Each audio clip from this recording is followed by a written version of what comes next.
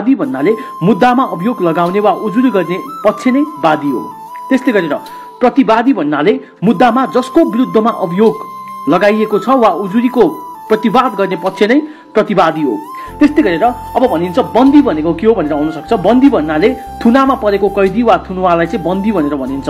त्यस्तै गरेर सदर भन्नाले सहमति जनाउने कार्य हो। त्यस्तै गरेर बदर भन्नाले असहमति जनाउने कार्य हो। अब मुल्तवी भनेको के हो? मुल्तवी शब्दको अर्थ रहेको छ कुनै निश्चित समयसम्म मुद्दाको कारबाही स्थगित गर्ने आदेश नै मुल्तवी हो। त्यस्तै गरेर रोहवर भनेको के हो त फेरि? रोहवर है, रोहवर सामुन्नेमा उपस्थित भई गरेको कार्यलाई रोहवर भनेर भनिन्छ। मुचुल्काको शब्दको अर्थ कुनै कुराको सम्पूर्ण विवरण खुलाइएको कागजलाई मुचुल्का भनेर भनिन्छ। बरामद भन्नाले कुनै सामान अधीनमा लिने काम वा जफत गर्ने काम नै बरामद हो। पेशी भनेको के हो? पेशी भनेको मुद्दाको सुनवाई हुने दिन नै पेशी हो। त्यस्तै गरेर वैधानिक वकिल केलाई भनिन्छ? अर्थात् वैधानिक वकिल भनेको के हो? अदालतबाट तलब खाएर बहस पैरवी गर्ने वकिल नै वैधानिक वकिल हो।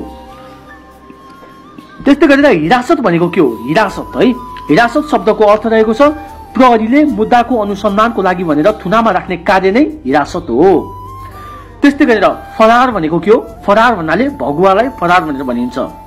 अब हामी कहिले कहिले कन्फ्युज हुन सक्छौँ। संविधान, धारा र दफा, यो तीनवटा शब्दहरू रहेको छ। संविधान, धारा र दफा।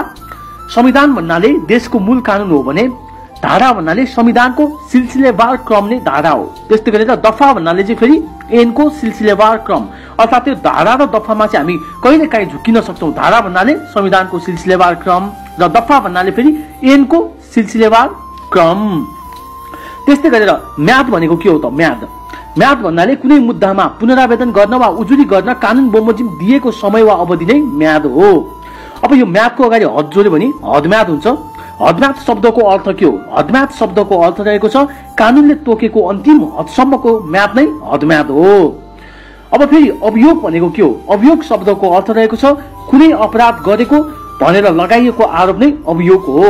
अब अभियुक्त भनेको के हो फेरि? अभियुक्त र अभियोगमा फरक छ है। अभियुक्त भन्नाले अपराध गरेको भनेर प्रहरीले आरोप लगाइएको तर अदालतबाट दोषी प्रमाणित नभइसकेको व्यक्ति नै अभियुक्त हो।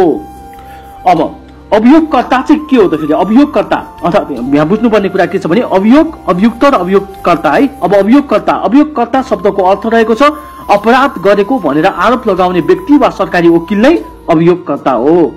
अब इजलास भनेर केलाई भनिन्छ? इजलास भन्नाले मुद्दा हेर्नको लागि बसेको न्यायाधीश सहितको कार्यालय कोठा नै इजलास हो। यसरी चाहिँ केही शब्दको अर्थहरू जुन मैले जानेको शब्दको अर्थहरू चाहिँ मैले तपाईहरु सबै समक्ष शेयर गरेको छु। यो कुरालाई चाहिँ तपाईहरुले पनि धेरै साथीहरु समक्ष शेयर गरेर पुर्याइदिनु होला है। ज्ञान जति बाढ्यो वर्ष